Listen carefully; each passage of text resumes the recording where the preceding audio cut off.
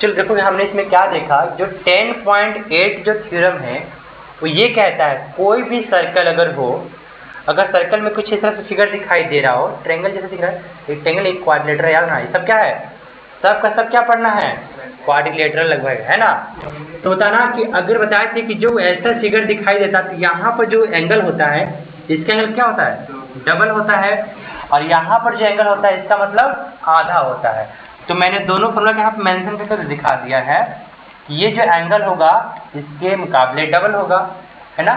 कोई भी अगर फिगर लेंगे, कुछ भी फिगर लेंगे, बस ऐसा दिखना चाहिए, तो इसके मुकाबले क्या होगा, ये वाला डबल होगा, ठीक है। अब इसमें क्वेश्चन था डबल ये होगा, हाँ, ऊपर वाला से डबल, नीचे वाला वन, ऊपर वाला से कौन सा, जो सरकमफ्रेंस यानी परिधि से बना हुआ जो एंगल है, केंद्र से बना से एंगल से क्या होगा, आधा, परिधि वाला इससे आधा होगा, इसके अकॉर्डिंग सेंटर वाले से सरकमफ्रेंस वाले आधा होंगे, ठीक है। ऊपर से क्वेश्चन है सेम है बाबू, इसमें भी करके मान लोगे कि कोई ऐसा दिया हुआ है, एक से अधिक भी बनाओगे ना सभी आपस में क्या होगा, अब ऐसे कैसे, अब यहाँ ध्यान दोगे बाबू, ये जो है इससे डबल है, ये जो इससे आधा है, मतलब ये जो है इससे क्या है, डबल है बाबू। अगर देखोगे इस फिगर में, अगर मैं इसको मिटाने की कोशिश करूं तो ये जो होगा या ये जो होगा इसका क्या होगा, डबल होगा। अब मान लो ऐसे बता दिए तो ये तो चेंज नहीं हुआ, चेंज बस ये हुआ, इस कंडीशन में भी ये जो है इससे क्या होगा, डबल होगा, मतलब इससे भी डबल इससे भी डबल, मतलब दोनों आपस में बराबर, है ना। मान लोगे कि ये भी राम का बड़ा भाई श्याम का बड़ा भाई है, दोनों राम श्याम भी आपस में क्या हो जाएगा, ऐसे कह सकते हो। तो मतलब अगर मान लो मैंने एक और ड्रॉ कर दिया बाबू, ये भी क्या, यहाँ पे वो मानते थे, यहाँ पे 2 थीटा, अगर मानोगे इस हिसाब से जितने भी एंगल बनेंगे सभी आपस में क्या होंगे, बराबर बराबर होंगे, ठीक है। फिर हमने उसी से कंडीशन को अप्लाई किया था कि जब ये धीरे धीरे खुल जाएगा, अब कुछ ये जो था ना, वो जो यहाँ पर हुआ करता था, ये ऐसे, ये जो लाइन है ऐसे जो हुआ करता था वो कहाँ चला गया, सीधे। अभी भी कंडीशन सेम है बाबू, अब यहाँ जो बनता था उसको नहीं पता था कितना बना है, लेकिन जब सीधी लाइन होता है तो कितना डिग्री बनाता है, सीधी लाइन 180 डिग्री बनाता है। हाँ बोलो, किसको क्या चीज, मतलब उसमें क्या चाहिए, हाँ बोलिए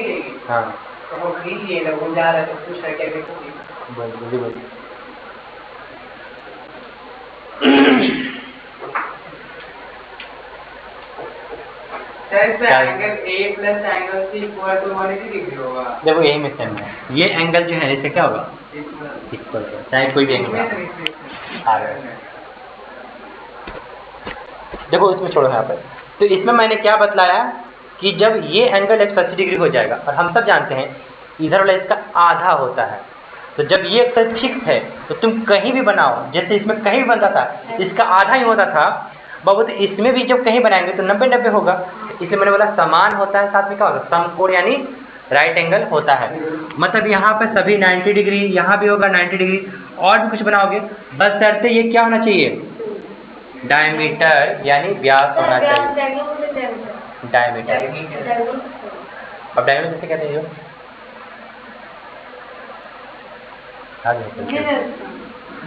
हिंदी में डायगोनल का मतलब होता है डायमेंशन जो होता है, इसमें कह सकते हो विकर्ण कह सकते हो, विकर्ण, जैसे कि ऐसे जो लाइन होता है ना ऐसे, तो इसको हमें विकर्ण कहते हैं ना, हाँ, तो उसे डायगोनल कहते हैं, ठीक है।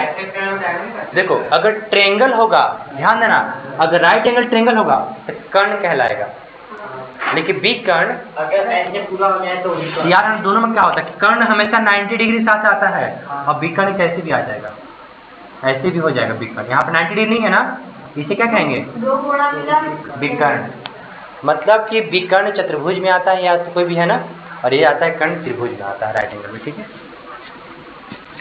चलो तो यहाँ पता जब ये 180 डिग्री हो जाएगा तो ये हमेशा आधा रहेगा, मतलब 90-90 रहेगा, ही फिक्स रहता है।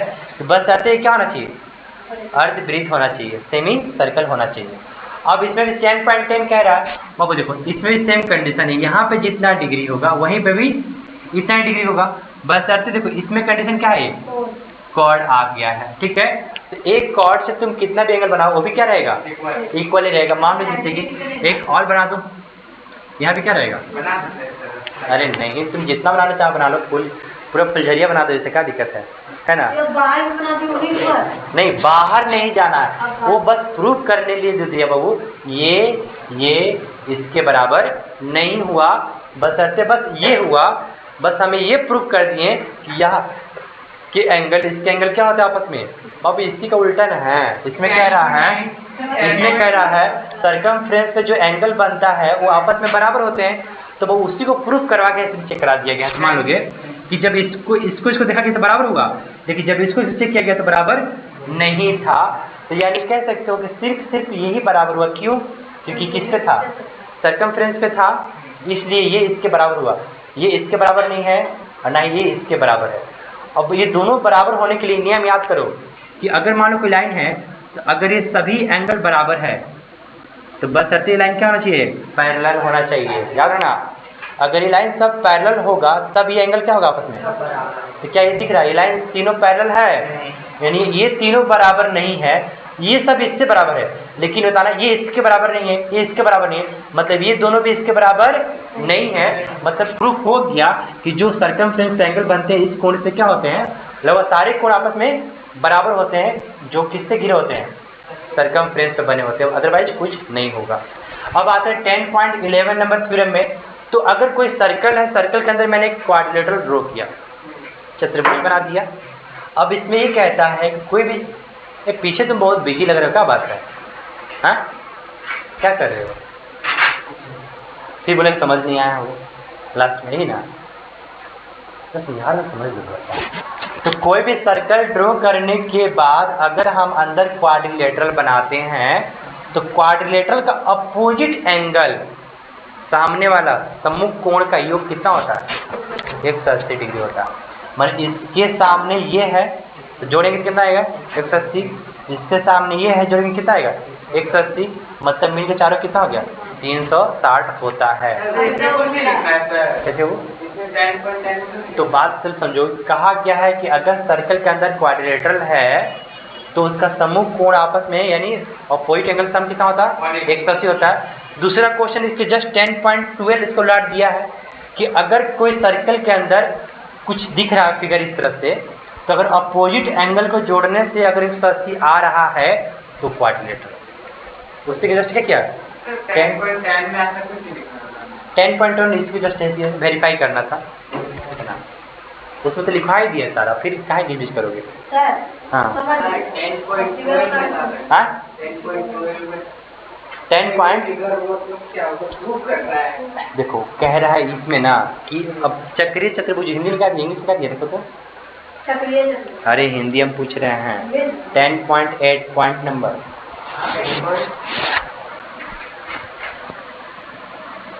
साइक्लिक क्वाड्रिलेटरल, ठीक है। इधर तो 10.12 का भी सर्कल इसी तरह बना रहे हैं। हाँ, देखो मतलब इसमें समझना कि साइक्लिक क्वाड्रिलेटरल चक्रीय चतुर्भुज है तो इसका अपोजिट एंगल का सम कितना होगा? ठीक है। चलो अब साइक्लिक क्वाड्रिलेटरल किसे कहते हैं? साइक्लिक क्वाड्रिलेटरल किसे कहते हैं ना, चक्रीय चतुर्भुज किसे कहते हैं? माने कोई भी सर्कल के अंदर, सुनो, कोई भी सर्कल के अंदर ऐसा क्वाड्रिलेटरल जिसका वर्टेक्स सर्कल के सर्कमफ्रेंस पे टच हो। अगर तुम कहो बाबू ये भी तो सर हो ही गया ना क्वाड्रिलेटरल, बाबू इसका सारे वर्टेक्स सर्कमफ्रेंस पे टच नहीं है, ये सर्कम क्या साइक्लिक क्वाड्रिलेटरल यानी चक्रीय चतुर्भुज नहीं कहलाएंगे। मतलब इसका एक शर्त क्या है कि जितने वर्टेक्स हैं, अब वर्टेक्स किसे कहते हैं? चल एक वर्टेक्स, दो वर्टेक्स, तीन वर्टेक्स, चार वर्टेक्स, और ये चारों वर्टेक्स अगर किस पे मिल जाए? सर्कल के ऊपर, हाँ, तो इसका अपोजिट एंगल का जोड़ने पे 180 आता है। ठीक है। क्यों? क्योंकि साइक्लिक सर्कल क्वाड्रिलेटरल है, साइक्लिक क्वाड्रिलेटरल है तो अपोजिट एंगल का सम 180 होगा।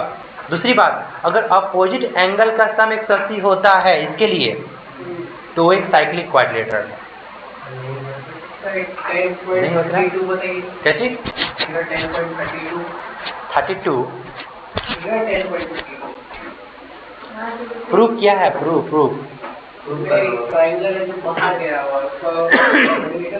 बाबू उसको प्रूफ करने बोला है ना। that angle AEB0 start. हाँ मतलब देखो अब कोई भी चीज को इसमें देखो ना, इसका देखो इसमें क्या कहा गया है कि कोई एंगल ऐसा हो तो इसका क्या होता है, सभी आपस में क्या होते हैं, बराबर होते हैं। यही ना कहा गया इसमें कि सभी आपस में बराबर होते हैं, उसका जस्ट कहा गया है प्रूफ मतलब करे हो यहाँ पर कि जो होते हैं वो बराबर होते हैं। बात समझना, जो होते हैं वो आपस में बराबर होते हैं, यानी जो बराबर होते हैं वो किस पे होते हैं, सरकमफ्रेंस पे।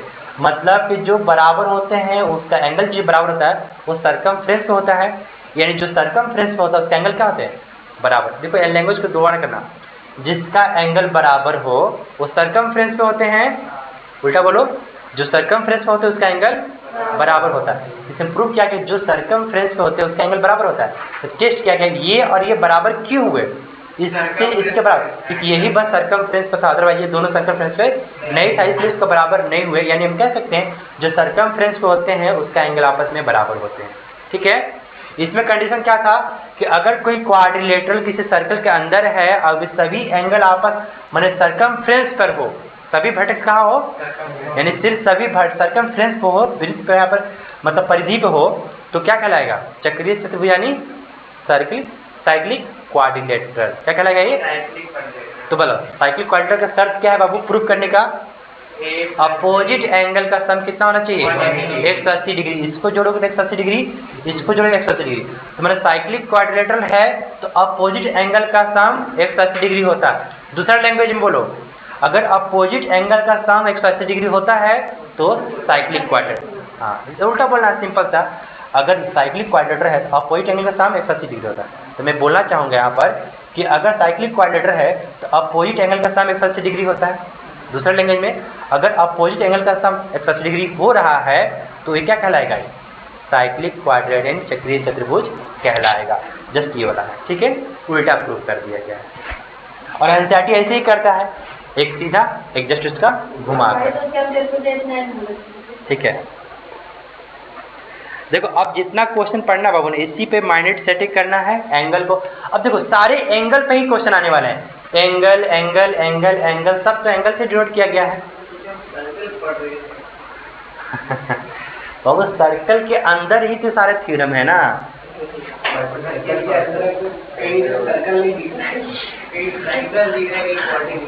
कह सकते हो, अरे सब तो सर्कल के अंदर ही आ गया ना, इसीलिए हाँ ये सब सर्कल के अंदर आ गया इसीलिए है ना। देखो अब इसमें जितने भी क्वेश्चन हैं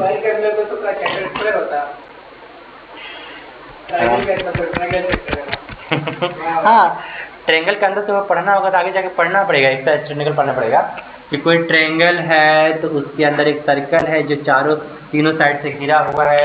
तो अब उसे अब सोचो यहाँ पर नाम साइक्लिक क्वाड्रिलेटरल, ये अंदर क्या था क्वाड्रिलेटरल और इस सर्कल के अंदर था साइक्लिक क्वाड्रिलेटरल हो गया। अब इसको अब अंदर जाओगे तो इसका कुछ और नाम हो जाएगा है ना। तो अब देखो